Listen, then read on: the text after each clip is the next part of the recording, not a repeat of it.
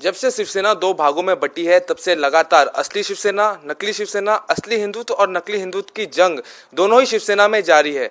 कल जब शंकराचार्य स्वामी अवति मुकेश्वरानंद सरस्वती जी महाराष्ट्र पहुंचे थे और उद्धव ठाकरे से उन्होंने बात करके मीडिया को जो बयान दिया, उसके बाद लगातार राजनीति जो है वो तेज हो रही है। हमारे साथ इस वक्त शिवसेना से संजय निरुपम जी मौजूद है। सबसे पहले मैं आपसे जानना चाहूंगा शिवसेना पार्टी की और आपकी उस बयानों को लेकर जो शंकराचार्य जी की तरफ से दिया गया है उस पर क्या प्रतिक्रिया है? देखिए, शंकराचार्य जी हमारे धर्म गुरु हैं और उनके प्रति हमारे मन में अगाध श्रद्धा है, बहुत ज़्यादा आस्था है। तो उनके धर्मगुरु होने पर तो किसी को ऐतराज हो ही नहीं सकता और उनका बहुत सम्मान करते हैं। और इस नाते अगर वो कहीं जाते हैं और धार्मिक प्रवचन देते हैं या धार्मिक अनुष्ठान में शामिल होते हैं तो हमें इस पर कोई ऐतराज नहीं हो सकता, बल्कि इसका हम सम्मान करेंगे।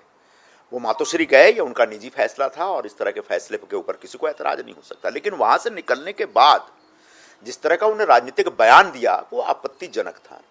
उन्होंने कहा कि उद्धव ठाकरे के साथ विश्वासघात हुआ है। ये सरासर गलत है। अगर किसने विश्वासघात किया, किसने नहीं किया, और जो किया वो विश्वासघात था या नहीं, ये शंकराचार्य तय नहीं कर सकते। इस पूरे प्रकरण को लेकर बहुत सारा अदालती कार्रवाई भी होती रही है इस विषय को लेकर के, तो इसके ऊपर आज मुझे नहीं कुछ कहना है। उनका जो कहना है कि भाई उद्धव ठाकरे के साथ विश्वासघात हुआ और इसलिए इनको दोबारा मुख्यमंत्री बनाना चाहिए, हमारा कहना ये है कि शंकराचार्य जी को शायद पता नहीं है, 2019 में शिवसेना और भारतीय जनता पार्टी, जब शिवसेना एक थी, तब वो बाला साहब जी के हिंदुत्व की विचारधारा के आधार पर मिलकर के चुनाव लड़ी थी और दोनों ने मिलकर चुनाव लड़ा। और उसके बाद उद्धव ठाकरे अपनी व्यक्तिगत महत्वाकांक्षा के आगे मुख्यमंत्री बनने के लिए उन्होंने उस हिंदुत्व की विचारधारा के साथ विश्वासघात किया।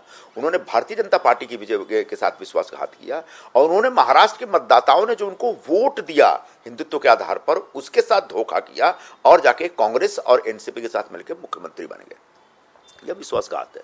यह एक व्यक्ति अपने महत्वाकांक्षा को पूरा करने के लिए एक राजनीतिक तौर पर एक फैसला लेता है। अब 2 साल बाद जब वो मुख्यमंत्री थे, उनके खिलाफ उनके ही विधायकों ने एकनाथ शिंदे जी के नेतृत्व में विद्रोह किया और विद्रोह का आधार यह था कि हमको हिंदुत्व के साथ धोखा नहीं करना चाहिए, हिंदुत्व की विचारधारा के साथ चलना चाहिए। और उन्होंने वो हिंदुत्व के विचारधारा के आधार पर भारतीय जनता पार्टी के साथ सरकार बनाई। तो अब उसको ये विश्वासघात कहते हैं। सच है कि उद्धव ठाकरे ने विश्वासघात किया, तो ठीक है, इस विवाद में ज्यादा नहीं पड़ना है। शंकराचार्य जी को भी नहीं पढ़ना चाहिए। आगे उन्होंने ये कहा है कि उद्धव ठाकरे मुख्यमंत्री बने तभी उनकी पीड़ा दूर होगी। अब महाराष्ट्र का मुख्यमंत्री कौन बनेगा ये शंकराचार्य नहीं तय कर सकते, ये महाराष्ट्र की जनता तय करेगी।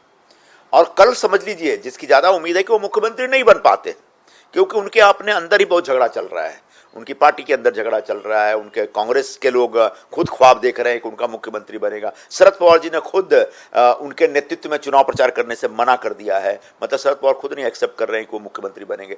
तो कल मान लीजिए कि वो मुख्यमंत्री नहीं बनते हैं, तो क्या शंकराचार्य जी महाराष्ट्र की जनता से नाराज हो जाएंगे?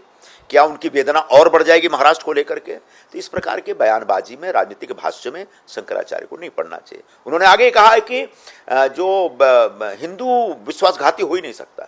ये बहुत बड़ा कुतर्क है, ऐसा होता नहीं है। हर समाज में, हर धर्म में, हर वर्ग में विश्वासघात करने वाले, धोखा करने वाले लोग रहते हैं। सचमुच वो विश्वासघात था या नहीं, इसके ऊपर कम से कम शंकराचार्य जी तय नहीं कर सकते, इसलिए उस विषय पे ज्यादा हमको नहीं बोलना है। लेकिन ये कहना कि जो विश्वासघाती है वो हिंदू नहीं हो सकता, ये कुतर्क है। क्योंकि हम जो हिंदू पौराणिक कथाओं को पढ़ेंगे या फिर हिंदू राजाओं के इतिहास को देखेंगे तो विश्वासघात के तमाम प्रकरण उपलब्ध है। तो क्या वो हिंदू नहीं थे? बिल्कुल हिंदू थे। आप कह सकते हैं कि विश्वासघात करने वाला कोई व्यक्ति अच्छा हिंदू या बुरा हिंदू उस कैटेगरी में आ सकता है, लेकिन विश्वासघात को एक धर्म की मर्यादा में बांध के रखना, यह शंकराचार्य जी को शोभा नहीं देता। वो विद्वान हैं, बहुत बड़े जानकार हैं, उनका हम सम्मान करते हैं, लेकिन इस प्रकार के कुतर्क देकर के हिंदू मतों को दुष्प्रभावित न करें। शंकराचार्य जी जो कि उत्तराखंड के पीठाधीश्वर भी है, धर्मगुरु भी है, और ऐसे समय पे जब ऐसा बयान, जो कि आने वाले 2 महीने में चुनाव भी है, तो कहीं ना कहीं, क्योंकि बहुत हर बार जो है देखा गया है कि कांग्रेस और शिवसेना की तरफ, युवाटा शिवसेना की तरफ जो है उनका झुकाव कई बार देखने को मिला है। तो ऐसे में आने वाले विधानसभा में ये सारे बयानों के चलते शिवसेना भाजपा महायुति को कुछ नुकसान हो सकता है? नहीं, ऐसा कुछ नहीं है। कोई नुकसान किसी एक व्यक्ति की वजह से नहीं होता है। शिवसेना, भारतीय जनता पार्टी और एनसीपी अजित पवार को कैसे करना है आगे, वो हम मिलजुल करके काम कर रहे हैं और महायुति एक बहुत ही दमखम के साथ, पूरी मजबूती के साथ आपसी सामंजस्य बना करके चुनाव लड़ेगी और इस प्रकार की कुछ बातें होती है तो उससे कैसे निपटना है, उसको कैसे काउंटर करना हम तय करेंगे। लेकिन शंकराचार्य होने के नाते वो किसी पॉलिटिकल पार्टी के साथ खड़े हों और किसी पॉलिटिकल पार्टी का प्रचार करें, यह एक हिंदू धर्मगुरु से हमारी अपेक्षा नहीं है। यह निश्चित तौर पर अमान्य होगा। इसमें शंकराचार्य का जो पद है, जो प्रतिष्ठा है, जो गरिमा है, वो नीचे चली जाएगी। क्योंकि आदि शंकराचार्य ने 1000 साल पहले जब इन पीठों की स्थापना की और शंकराचार्य नाम के एक संस्थान की स्थापना की तो उसके पीछे उसमें एक पवित्रता निहित है। उसके प्रति लोगों में एक आस्था है, श्रद्धा है। वो श्रद्धा जैसे ही उस पद पर या उस संस्थान से जुड़ा कोई व्यक्ति राजनीतिक लाइन लेता है, उस पद की गरिमा कम हो जाती है। तो मुझे उम्मीद है शंकराचार्य जी इस प्रकार से शंकराचार्य के पद की गरिमा के साथ खिलवाड़ नहीं करेंगे। एक अंतिम सवाल, जब शंकराचार्य जी महाराष्ट्र पहुंचे थे तो उन्होंने आनंद और राधिका मर्चेंट की शादी में भी उन्होंने हिस्सा लिया और वहां पर प्रधानमंत्री नरेंद्र मोदी भी पहुंचे थे, जहां पे तस्वीर देखी गई जहां प्रधानमंत्री नरेंद्र मोदी पैर छूते हुए शंकराचार्य जी के दिखे और उसके ठीक बाद दूसरे दिन जो है इस तरह का बयान उनका सामने आना, तो ये सारी चीजों पर क्योंकि प्रधानमंत्री का पैर छूना शंकराचार्य जी का, ये भी बहुत सुर्खियां, इस तस्वीरों ने भी बहुत सुर्खियां बटोरी थी। प्रधानमंत्री भी अंततः एक हिंदू हैं और हम तमाम हिंदुओं के मन में शंकराचार्य के प्रति एक विशेष श्रद्धा होती है और साधु सन्यासियों को पैर छूना, उनका आशीर्वाद लेना, तो ये एक हिंदू परंपरा का हिस्सा है और इस नाते प्रधानमंत्री जी ने बहुत अच्छा काम किया और इसका निश्चित तौर पर पूरे देश में उनके प्रति लोगों के मन में अच्छी भावना जगी है। अब शंकराचार्य उस भावना का सम्मान करते, ये सबकी अपेक्षा थी। शुक्रिया सर।